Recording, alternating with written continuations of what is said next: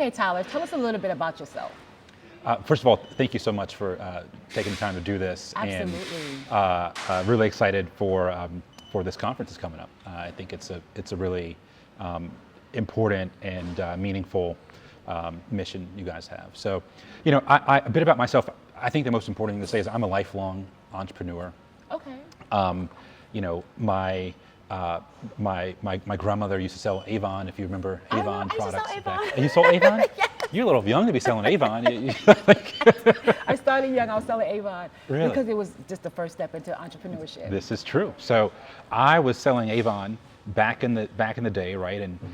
And she was so good at it that she actually had to take my bedroom and make it like her little warehouse. And so Did me she and get my the brother, car? She did not get the car. She was not that good.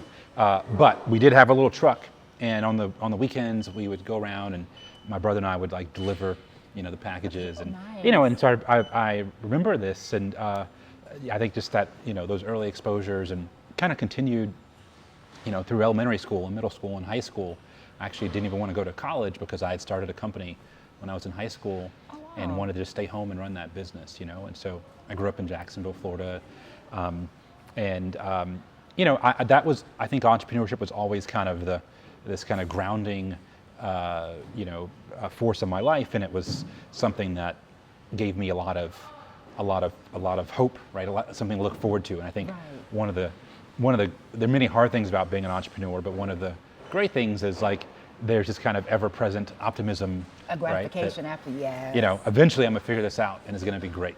And so, that's me. I'm an entrepreneur. I live here now in Atlanta with my wife and my son. Wonderful. So you are the CEO of Saltbox. What inspired you to start Saltbox? Yeah. So, I'd spent, despite those kind of early entrepreneurial roots, I spent the early part of my career working at a startup, and I really wanted to understand how these companies were built. But eventually, in 2016, I moved to Atlanta, and I bought a small business. I think maybe you'll ask about that a little bit later. But we had an e-commerce operation, and running that e-commerce business really illuminated to me how difficult it was to deal with the logistical aspects of e-commerce, right? I mean, on the one hand, I had Shopify and I had MailChimp, and kind of those, digital aspects of the business, came very naturally, right? Okay. And we had a lot of great tools. But then on the logistics side, here we are, using our break room as a warehouse, and having to, having to barter with the mailman to, get him to actually pick up the packages, and having to use our basement as a photo studio, and having to run back and forth to the UPS store, all these kind of things, on your right? own. Yeah, I remember one of my favorite, memories of those years was, anyone who runs a retail business, especially e-commerce, knows how busy the holidays are, right? Correct. For most people, it's a time of relaxation. For us, Black Friday was a day of extreme work, and so we used to have friends and family over for Thanksgiving. And we would always fool them into going to the warehouse to work. We would say, hey, you want to come see the warehouse, and it's going to be great. And next thing you know, they've been there for like 4 hours, packing boxes. And they're like, I think we got played. But anyway, so it was those early experiences that led me to say, I think maybe there's an opportunity to build a company here, because I'm not the only person who has this problem. So going through those trials and errors, is that how you found your niche in the market and decided to start Saltbox? Absolutely, right. And there's many people, you hear this all the time, but there's no better way to start a company, or reason for that matter, than to solve a problem that you really know. Absolutely. Right? And this was a problem that I'd lived for a number of years, and was deeply frustrated by, right, and saw better an opportunity to create a better way, and so did it. Amazing. So for those of us who do not know, please tell them what exactly is Saltbox. Yeah. So we are sitting inside of a Saltbox workspace facility. We have 11 of these across the country, and if you were to come here, what you would see behind us and around is a fully kind of equipped, fully fledged warehouse, but one that is broken up into these very small micro warehouses. They range from a couple hundred square feet to several thousand square feet. Oh, wow. And so what you're getting is this kind of turnkey infrastructure, not just the warehouse, but the loading docks and the pallet jacks and the forklifts, the photo studios and the conference rooms and all these things that you need to run your business in a really efficient way, but at a scale that is designed for a small business. What you don't see is beyond these four walls. We now have a lot of entrepreneurs who utilize our services, but in even more kind of fractionalized way, right? So you think about buying a co-working membership, for example. Well, you can now buy a membership to Saltbox that doesn't give you a dedicated warehouse suite, but gives you all the capability to receive products and store products and ship products. Wow. And so if you're someone who's doing that today, at home in your spare bedroom or your garage or a self-storage facility, They can use here as their main hub. That's right. Oh, amazing. Okay. So when you first started, how has your vision for Saltbox changed? I think it's changed only in the sense that it's gotten bigger. Right? Okay. I think, again, in the very beginning, I was literally thinking about how can I solve my problem, and how can I solve the problem of the entrepreneurs that I've met with and who have similar struggle. But I think over those 6 years now, we've seen just tremendous growth in e-commerce at large. Every day there are hundreds, if not thousands, of new businesses being started, and many of them need this sort of infrastructure. And so our vision is broadened. I would say that like community and kind of identity have become a lot more important to us. In the beginning, one of the things that I very much felt but didn't quite have the words for is like, it just doesn't feel good to be running a business out of a self-storage unit, right? Correct. It doesn't feel good to have to bribe your mailman to take your it makes you Right. feel a bit illegitimate almost, a bit defeated, kind of by the world. And I think we really wanted to create a physical space and a community around it that feels empowering, right? Like you're actually really running your own business. You're running and you see others doing the same thing, and you're like, oh man, if that person could do it, maybe I can do it too, right? Maybe I'm not crazy, Right. And so I think that's become, a much more acknowledged and important aspect of what we do. Okay, absolutely. Thank you for that. What were some of the biggest challenges that you have faced when now starting and launching Saltbox? That's an impossible question. I mean, You'll be here forever? we would be here forever. Yes. Look, I think truly, right? At the end of the day, my job, our entire team's job, as people who committed themselves to building a company that is seeking to grow quickly and Correct. seeking to solve a problem not just for hundreds, but for tens of thousands, eventually for hundreds of thousands of Correct. people. The work is to just constantly solve problems, right? That is what we do. Is every day that's like It's a problem insolvable solver. problem. We got to solve it. I think what is kind of the hardest piece of that? I don't know. Maybe it's just recognizing what progress feels like, Okay. right? I think we've been as entrepreneurs, like oftentimes we are told that, or we have been made to believe at least that entrepreneurship gets easier as you go, as you No, make it gets harder. It gets harder, right? And I like to use this analogy that it's a bit like climbing a big mountain, like climbing Mount Everest, right? And there's kind of a couple of universal truths about that journey. Correct. Truth number one is every step forward you take, you are in fact a little bit closer to the top, right? You've made progress. Mm-hmm. But it's also true that every step you take, there's a little bit less oxygen, and you have a little bit less I like the energy. analogy, yes. And this is just what it is. And such that as when you finally get there, you're like, man, like did it, yeah. I don't know if I was going to make it, but you did, right? And that's what progress feels like. And so I think, evolving your psyche essentially to understand that and to appreciate that and to just kind of keep going even though it literally does get harder. What impact have you seen Saltbox have on the e-commerce and entrepreneurs that have been served by Saltbox? Yeah. It's a great question, and I alluded to this a little bit before. I mean, I think that impact happens at a couple of levels. Mm-hmm. One, obviously, is just the very practical level, right? If you go from, a very typically kind of, messy and disorganized operation in the garage. Garage, right? Having your spouse, be mad at you all day because stuff is everywhere. Right? To coming to a place like this that is literally built to support what you're doing, life just gets easier in that way, right? You get back some time, you gain some efficiency, and that's important. But as I mentioned earlier, I think that the maybe the most impactful piece is just that sense of identity that you gain. It really does. I think it makes a huge difference when you feel like the world is kind of with you versus against you.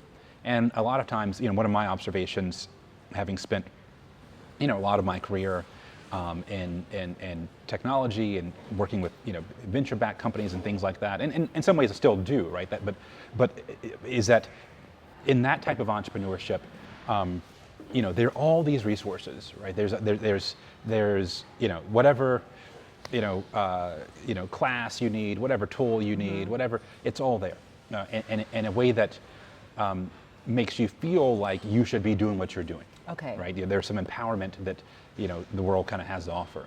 Whereas again, I think when you find yourself, operating in the way that so many small e-commerce or product-based companies operate, you just really question that. But then you come here, and you see the people around you, you see the success, you see the failure. Right? There's all sorts of lessons that are packed into it. There's all sorts of motivation, but mainly there's just this sense that, what I am doing is I'm meant to be doing. Right. Yeah. Okay. So a little birdie told me that you had a collaboration, or you took over the business for True Glory here. Yes. Yes. Tell us a little bit about that. Yeah. Well, first of all, I mean, True Glory is a incredible kind of story of entrepreneurship here in Atlanta. The company was founded in 2011, and literally, maybe some people watching this may remember this. But it was started in the trunk of the owner's car, right, wow. in Southwest I didn't Atlanta, know like that. just selling this super high quality hair on the street, right, in the church's parking lot, in the Walgreens parking lot. But something that they got right early on is critical, right? Which is product market fit. They had an incredible product at the right price, and the customer loved that. And so I was fortunate in 2016 to have an opportunity to actually buy that business, and ever since then, my goal has been to just preserve its greatness, right? And but I think buying a company and trying to step into those shoes and take it in the right direction is very different than starting a company. And so my relationship to these two businesses, are completely very different. Yeah. Wow, that is amazing that you took the time to see a product grow and you wanted to buy into it. Tell us a little bit about that business acquisition and what did that look like for you? Yeah. I mean, look, I think that acquisition is something that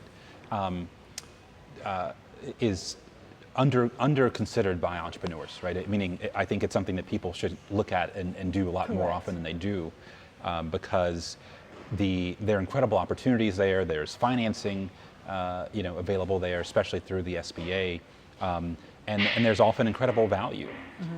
So, in terms of the process, I mean, the process can be fairly long, and it can sometimes seem intimidating. But the answer to that is just to have a good attorney, and there are lots and lots of lawyers out there who all they do is represent buyers and exploring and buying small businesses, and lots of other resources that I'm happy to share with you later. But again, it's something that I really I think is oftentimes a much smarter kind of better risk-adjusted approach to entrepreneurship than starting a company.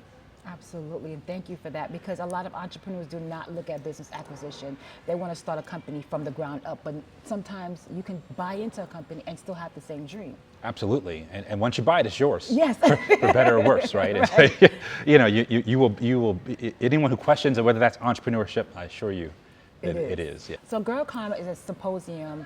It's a 3-day weekend symposium, and it's a retreat for women of color dedicated to e-commerce and building their brand and building their products. Why was this collaboration important for you Yeah. with Saltbox?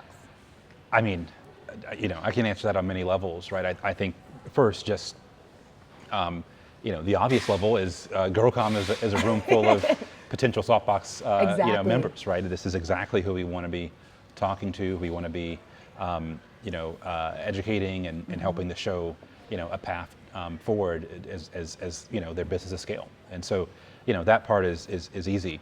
I think beyond that, as you can imagine, right, it becomes very personal for me, and I'll say a bit about why that is. I think that I've been very lucky in my life, right, to kind of go from seeing the most basic and rudimentary forms of entrepreneurship, selling Right. Avon when I was 8 years old, right, to working in these kind of incredibly resource-rich and ultimately successful venture-backed startups at the highest scale, right? And I've seen this full spectrum of entrepreneurship and understand, to whatever degree I do, what it takes to be successful across that spectrum. Also, though, have observed who has access, to these types of entrepreneurship, and we all know, it's not equal. And I think one of the things that you realize very quickly as you walk around the halls of a Saltbox is that there are a disproportionate number of Black and brown people here, especially Black women. Absolutely. Right? And why is that? Number one, you're just creative, right? And we got a lot of good ideas. Number two, I think that we find that, in general, Black and brown people, and again, especially Black women, find that it is a lot more difficult to go out and raise capital and to get into venture-backed Correct. entrepreneurship and stuff than it is just to go start something, to take it into your own hands. And so, to the extent that that is the pathway, just to go start something, to go start a product-based business, well, at the very least, you can have world-class infrastructure and world-class, support in doing that. And so, and I think Saltbox, to the best of its ability, represents that, right? It is here, to empower, and I think that it is like critically important that to the extent that Black women are choosing to start these sorts of companies, that they have the best resources, the best infrastructure, the best community support they can. Just the support. Right? Support So, is the key to a lot of women stepping out, especially women stepping out and doing their own business. It's the support. That's right. Is what they lack. That's right. And I guarantee you, we talked earlier about, that sense of identity, that sense of community. Right. And the simple fact is, and you walk around these halls yourself, you're going to see a whole bunch of Black women, running small businesses, right? Absolutely. And that's a beautiful thing. And I think that's something that is just kind of inherently empowering. Absolutely. Thank you so much for that. And we're so happy that you decided to open up Saltbox, because walking around the hallways, it gives you a sense of ownership also. Yeah. You feel like a boss when you're in here. I know I felt like a boss when I walked in. Indeed. So what impact do you hope this partnership with not just GirlCom and Saltbox, but overall in the broader ecosystem of e-commerce and entrepreneurship? Yeah. It's very simple. I hope that we create more founders, more entrepreneurs, whatever words you want to use, people who are saying, you know what, I can do this and I'm going to go do this. That's number one. And number two, and number three is that we are able to provide some real support and leverage in that path, right? Whether that support is operational support, which obviously is core to what we do, or whether it's just simply inspiration, whether it's a chance to give some honest feedback. Right? I think the journey of entrepreneurship is one that is, fundamentally about, getting to the right answer, getting to the true answer. Correct. What does my customer really want, right? What am I really good at? Should I really be selling, right, et cetera. And we really pride ourselves as a company and a team of people who, make that a priority, to provide support in that way. Absolutely. Thank you so much. And how easy is it to get into? Is it just applying? Is it a process? It's very easy. So go to saltbox.com. You can literally, we just recently introduced a new product called Access Plans. I was mentioning to you before. It's that kind of virtual membership, nice. right? Gives you the ability to utilize the infrastructure to, send a full truck of pallets here, but to not have space here. And so, it's, a couple $100s a month. And so it's very, very accessible. And beyond that, just sign up for a tour and come see the place. Absolutely. Sign up for a tour. Okay. So for those who are interested in being a member of Saltbox, what locations do you have? Or is it just here in Atlanta, or do you have several locations? So we are across the country. Okay. 9 states, from Seattle to Miami. So I won't go through them all, but check out the website and you'll see we have a couple locations here in Atlanta, Dallas, Oh, wow. Denver, and beyond. So there's no excuse why you cannot join Saltbox. No excuse. Okay, No absolutely. So for those women of color that's in entrepreneurship and in e-commerce, what advice can you share with them? Yeah. So, first of all, an acknowledgement and a piece of advice, right? I think the acknowledgement is, it is harder, right? It is, in my opinion, it is harder to be an entrepreneur and to attract the resources you need as a woman of color in this country.